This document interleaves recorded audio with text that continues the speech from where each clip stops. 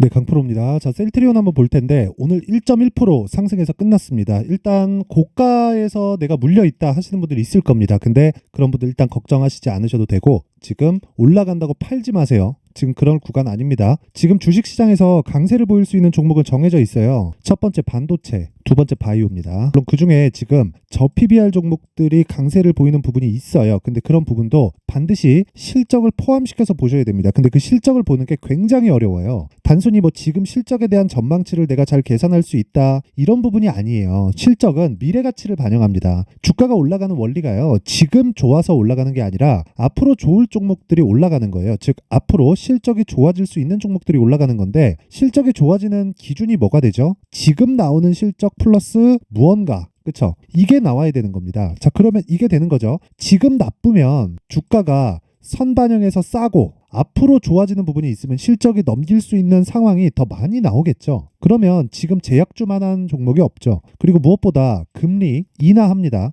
하지만 시점에 대한 부분은 모르죠. 내가 만약에 채권을 투자를 한다. 그렇죠. 레버리지를 막 3배씩 4배씩 땡겨다가 채권 투자를 할 것 같은 경우에는 금리에 굉장히 민감하게 봐야 되는 게 맞습니다. 하지만 여기서 우리가 하나 생각을 해보자고요. 채권을 투자하는 게 아니라 채권의 이 가격을 결정하는 금리의 변화는 이제 하락 쪽으로 방향을 잡습니다. 하지만 시점에 대한 부분은 미국 연준에서 결정을 하죠. 그러면 결과적으로 방향은 결정됐다. 어디로? 하락 구간으로. 근데 시점에 대한 문제가 있다. 하지만 길게 가진 못한다. 뭐 3월 달에 할지 4월 달에 할지 5월 달에 할지 이게 중요한 게 아니라는 겁니다. 결과적으로 금리는 다 올라왔고 단지 물가가 연준에서 원하는 수치만큼 빠르게 내려왔지만 왜? 금리를 인상하는 시점부터 그리고 나서 지금 추가적으로 안착할 수 있는지에 대한 부분을 보는 건데 우리는 여기서 가격이 먼저 반영한다 그랬죠. 금리가 낮아진다. 그럼 성장주 부각받고 성장주가 부각받는 과정에서 한국 시장에서는 하나입니다. 반도체, 그리고 바이오.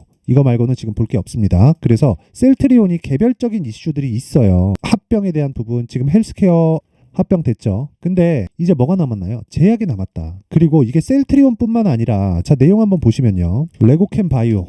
자 어떻습니까? 정확하게 12월 말 1월 초 고가 형성하고 빠졌죠. 근데 뭐예요? 신고가예요. 셀트리온 달라요? 똑같습니다. 그쵸? 뭐 다 동일합니다. 내용은 다 달라요. 레고캠 바이오 같은 경우에 얀센에 2.2조짜리 기술 수출 계약 들어왔죠. 그러면서 상승시켰지만 충분히 하락을 거쳤고 우리는 확인하고 매수할 수 있는 상황을 만든다. 그 부분 반드시 기억하시고 자 그리고 뭐 HLB 같은 경우에는 오늘까지도 굉장히 크게 강세를 보였어요. HLB 한번 보세요. 동일하게 강세를 보였는데 HLB가 먼저 치고 나갔죠. 그렇죠. 조정 없는 주식 없습니다. HLB가 방향을 잡아줬을 때 다른 바이오 종목들도 그에 맞춰서 움직이게 되어 있고 우리는 거기서 타점을 명확히 잡는 게 중요합니다. 그리고 다른 종목들도 마찬가지입니다. 지금 바이오 중에서 집중해야 될 건 뭐 종근당 같은 거. 자 보세요. 지금 내용이 다 똑같습니다. 시세가 다 똑같이 움직이잖아요. 근데 내용이 다 다르죠. 자 종근당 그렇죠. 1.7조의 기술 수출, HLB 판매 허가 신청, 그리고 레고캠 바이오 얀센의 2.2조짜리 기술 수출, 셀트리온 자체적인 그렇죠.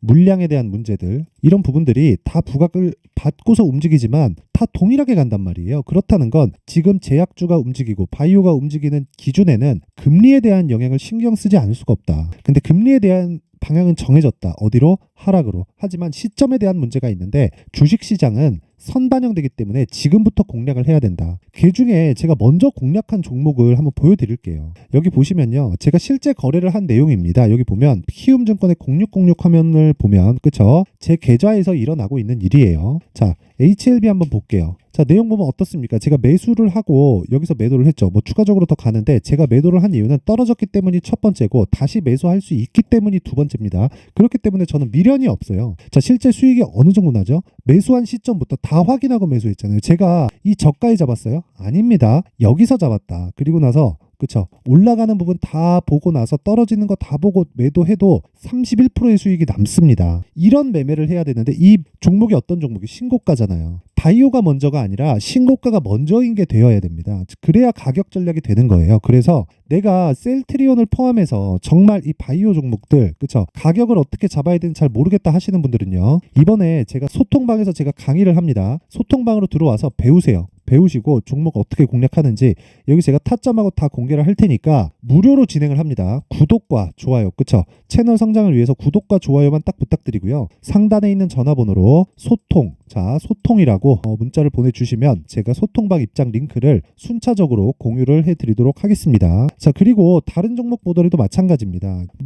1월 달에 반도체 쪽에서도 계속해서 강세를 보였는데 가온칩스 같은 거 한번 봐요. 오늘도 강세를 보였지만 제가 1월 달에 시장이 안 좋았기 때문에 매매를 많이 했죠. 근데 다 수익이에요. 6%, 10% 다 수익이에요. 얼마 걸립니까 이거? 한 달도 안 걸리잖아요. 모든 매매는 신고가 구간에서 2주 안에 내가 끝낸다 그랬을 때 이런 수익을 지속적으로 낼 수 있고요. 그리고 이런 부분을 내는 과정에서 충분히 20%대의 수익을 단 며칠 만에 낼 수 있는 상황을 만들 수 있습니다. 그런 부분을 제가 소통방에서 다 공개를 합니다. 자, 오늘 같은 경우에도 보시면 인터플렉스 GST, 그쵸? 자, 내용 봅니다. 인터플렉스. 자, 보세요. 인터플렉스 제가 1월 달에, 그쵸? 신고가 만들면서 바로 이 매매 붙으면서 어느 정도 수익 나는데 6%. 이 밑에 손절하는 부분이 있지만 이것 정도는 최소한의 리스크로 막을 수 있는 이 최소치입니다. 최소치. 그리고 나서 6% 이렇게 두 번 걸었죠. 이 두 번 매매한 내용은 모두 다 신고가 구간에서 벌어진 일이고, 그리고 급락 나오고 오늘 떨어지니까 뭘 해요? 소통방에서 제가 다시 사라. 그쵸?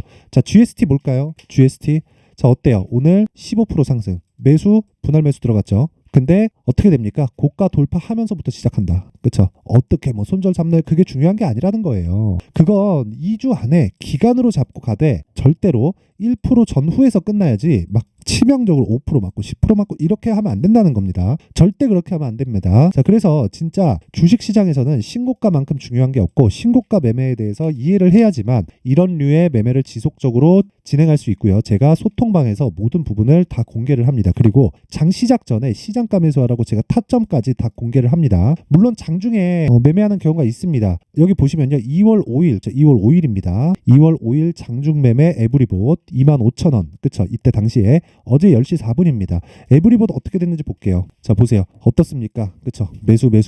그리고 오늘 17% 급등. 저 아직 안 팔았어요. 떨어지면 팝니다. 아까 전에 제가 HLB 때 보여드렸죠. 내일 약간의 상승폭만 나와도 30%까지 바로 갑니다. 근데 2주 안에 다 끝나죠. 이런 매매를 하라는 거예요. 그러려면 소통방으로 들어오시고 2월 달에 제가 소통방에서 진행하는 종목들, 그 신고가 종목들이 어떻게 진행되는지도 다 강의를 할 계획이고 이 두 가지 챕터로 진행이 됩니다. 신고가 검색기, 그리고 여기 수익 모델, 이 두 가지 내용으로 진행이 되는데, 첫 번째 신고가 검색기에 대한 부분은 여기서 나오는 모든 매매 종목들, 제가 매매하는 모든 종목들은 이 검색기에서 발생을 하고요. 그리고 여기 수익 모델, 그쵸? 이 수익 모델에 대한 부분은 얼마에 매수해야 되는지, 내가 비중을 어떻게 실어가야 되는지, 분할 매수를 어떻게 해야 되는지, 보유 기간을 어떻게 잡아야 되는지, 그 기준에 대한 부분을 제가 내용으로 준비를 해놨고요.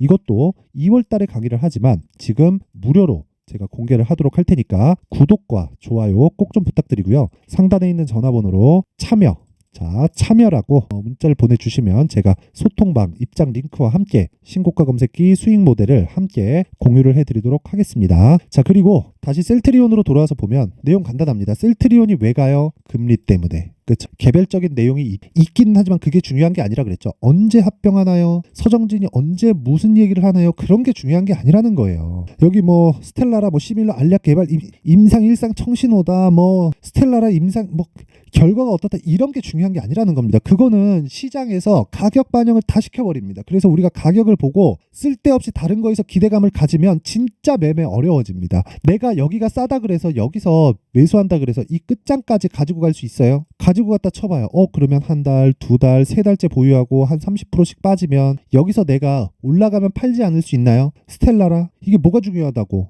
그쵸? 우리가 중요한 건 얼마에 사서 얼마에 파는지입니다. 그러면 가격 전략이 중요한 거고 내용은 다 다르지만 어떻습니까? 아까 전에 레고캔바이오 내용이 다른데 왜 시세가 똑같이 나오냐고요? 그쵸? 그럼 우린 이 구간에서 매매할 수 있는 가격대를 찾자. 그쵸? 그게 제가 모두 신고가 매매 전략에 다 있습니다. 자, 그래서 여기 셀트리온의 가격과 단기 보유 전략을 제가 함께 준비를 해왔는데, 단기 뭐라 그랬어요? 2주입니다. 2주. 그쵸? 2주 동안 뭘 해야 돼요? 수익 전환 시켜야 된다. 손실 볼 수 있지. 어느 정도 1% 내외. 이게 끝입니다. 기간 얼마? 2주. 그러려면 가격에 디테일하게 들어가야겠죠. 그래서 내용이 좀 깁니다. 20페이지에 걸쳐서 좀 긴데 요것도요 제가 무료로 공개를 하고요. 구독과 좋아요 꼭 좀 부탁드리고 상단에 있는 전화번호로 구독이라고 문자를 보내주시면 제가 셀트리온의 가격과 단기 보유 전략을 함께 공유를 해드리도록 하겠습니다. 자, 항상 시청해 주셔서 감사드리고요. 그리고 셀트리온의 가격 이제 확인하는 일만 남았는데 그 가격대가 바뀌어요.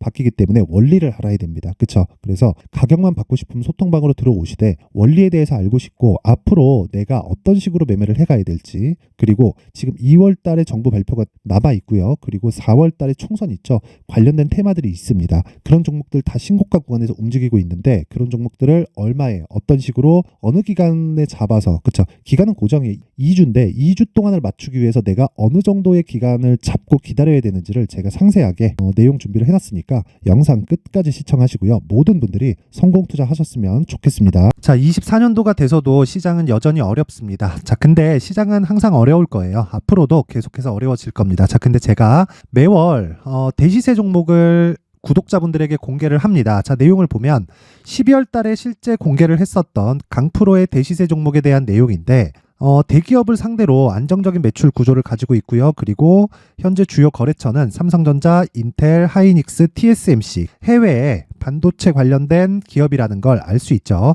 그만큼 1월 달에 제가 보고 있었던 종목은 반도체 관련주라는 걸 알 수 있습니다. 공개를 해드리면 이 내용입니다. 여기 어보브 반도체, 그쵸? 실제 제가 거래한 내용을 공개를 한 거고요. 수익에 대한 크기를 보면 공략한 시점, 제가 가격대를 함께 공개를 해드렸는데 공략한 시점부터 21%의 수익 마감이 된 것을 확인해 볼 수가 있습니다. 자, 근데 지금도 마찬가지입니다. 지금은 어떤 이슈가 있을까요? 2월 달에 발표한다는 기업 밸류업 프로그램이 있죠. 근데 그걸로 인해서 지금 2월 달에 발표한다고 이야기가 나온 상황이고요. 무엇보다 우리가 생각해야 될 내용은 한 가지입니다.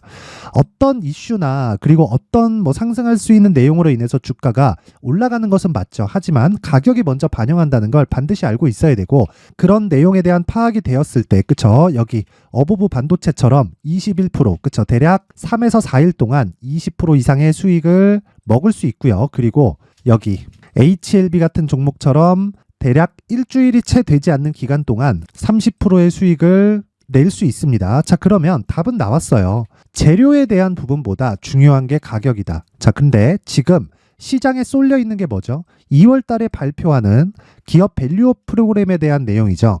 자, 그러면 우리가 이쪽에다가 지금 집중을 해야 될까요? 그 내용을 한번 보겠습니다. 기아차의 차트를 보면요. 1월 24일 날 정부단에서 입김을 불어넣은 이후에 시세가 강하게 발생한 것처럼 보이지만 애초에 12월 달부터 신고가를 달성했다는 걸 확인할 수 있습니다. 자, 그러면 우리가 스케줄을 따져봤을 때 우리가 어디를 봐야 될까요? 4월 달 총선을 봐야 됩니다. 드디어 때가 온 거죠. 4월 달 총선이 끝나면 그 뒤엔 뭐가 있죠? 대선 전국으로 들어갑니다. 그러면 우리는 4월 달 총선부터 시작해서 대선까지 이어질 수 있는 종목을 찾는 게 정말 중요합니다. 그게 정부 정책의 방향과 그리고 스케줄에 맞춰서 가는 거예요. 정치적인 상황에 따라서 주가가 움직이는 걸 우리는 수도 없이 많이 봐왔기 때문에 스케줄에 맞춰서 가는 게 지금으로서는 답이 될 수 있습니다. 그리고 무엇보다 어느 정도의 시세를 내는지 그 첫 번째 단계인 상황을, 그쵸? 제가 12월 달 밝혀드렸었던 대시세 종목으로 이미 공개를 해드렸기 때문에, 그쵸? 어떻게 제가 매매를 했는지까지 다 보여드렸습니다. HLB처럼, 그쵸? 31.9% 걸린 시간은 4일밖에 되지 않죠. 이 종목을 제가 가격과 그리고 어떤 종목인지를 애초에 12월 달부터 공개를 한 겁니다. 자, 그러면 지금도 마찬가지예요.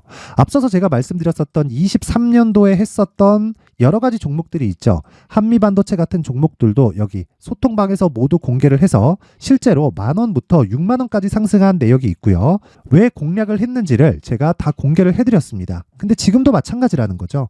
정부 정책의 방향에 맞춰서 또는 선거 스케줄에 맞춰서 매매를 이어가야 될 때가 됐고요. 제가 총선 관련된 큰 시세가 나올 수 있는 대시세 종목을 준비를 해놨습니다. 길게 말씀드리지 않겠습니다. 모든 종목들은 신고가를 달성하면서 대시세 준비를 하게 되고요. 신고가를 공략했을 때 내가 시장에 주도주를 잡을 수 있는데 지금은 총선에 집중하는 게 맞다. 그래서 총선 관련된 그리고 대선까지 이어질 수 있는 종목을 준비를 해놨는데 지금부터 준비를 하셔야 나중에 고가에 올라가서도 꾸준하게 매매를 이어갈 수 있습니다.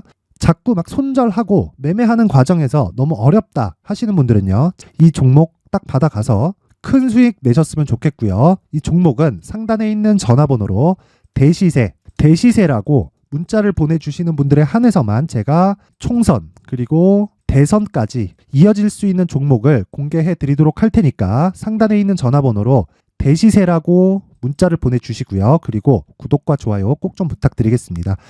시장은 정말 어렵습니다. 자, 그래서 모든 분들이 성공 투자하셨으면 좋겠고요. 기본적으로 가격에 대한 파악을 하면서 큰 수익을 내셨으면 좋겠습니다.